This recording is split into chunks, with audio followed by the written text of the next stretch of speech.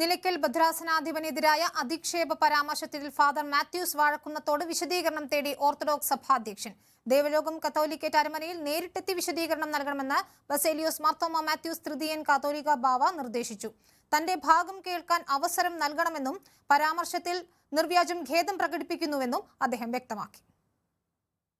Orthodox സഭ പത്തനംതിട്ട നിലയ്ക്കൽ ഭദ്രാസനാധിപനെ വിമർശിക്കുന്ന father Mathews വാഴക്കുന്നത്തിന്റെ ശബ്ദരേഖയാണ് പുറത്തുവന്നത്. സഭയിലെ ഫാദർ ഷൈജു കുര്യൻ BJPയിൽ ചേർന്നതിനെ വിമർശിച്ച ഫാദർ മാത്യൂസ് വാഴക്കുന്നത്തിനോട് നിലയ്ക്കൽ ഭദ്രാസനാധിപൻ ജോഷുവ മാർ നിക്കോദിമോസ് വിശദീകരണം തേടിയിരുന്നു.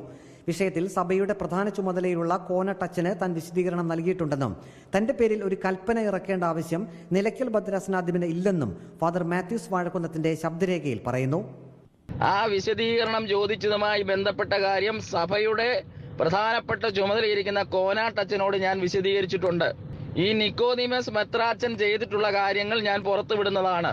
ഇത്തരത്തിൽ എന്റെ പേരിൽ ഒരു കൽപ്പന ഇറക്കേണ്ട ഒരാവശ്യവും ഇദ്ദേഹത്തിനില്ല. എന്റെ നേരെ വന്ന വക്കീൽ നോട്ടീസിന് പകരമായിട്ടുള്ള ഒരു പ്രതികരണമാണ് ഞാൻ നടത്തിയിട്ടുള്ളത്. നിലയ്ക്കൽ ഭദ്രാസനാധിപന്റെ കൽപ്പനയ്ക്ക് മറുപടി നൽകാൻ മനസ്സില്ലെന്നും ശബ്ദരേഖയിലുണ്ട്. ജോഷുവ മാർ നിക്കോദിമോസ് തിരുമേനിയുടെ ഈ കൽപ്പന മാനിക്കാൻ എനിക്ക് സാധിക്കുകയില്ല.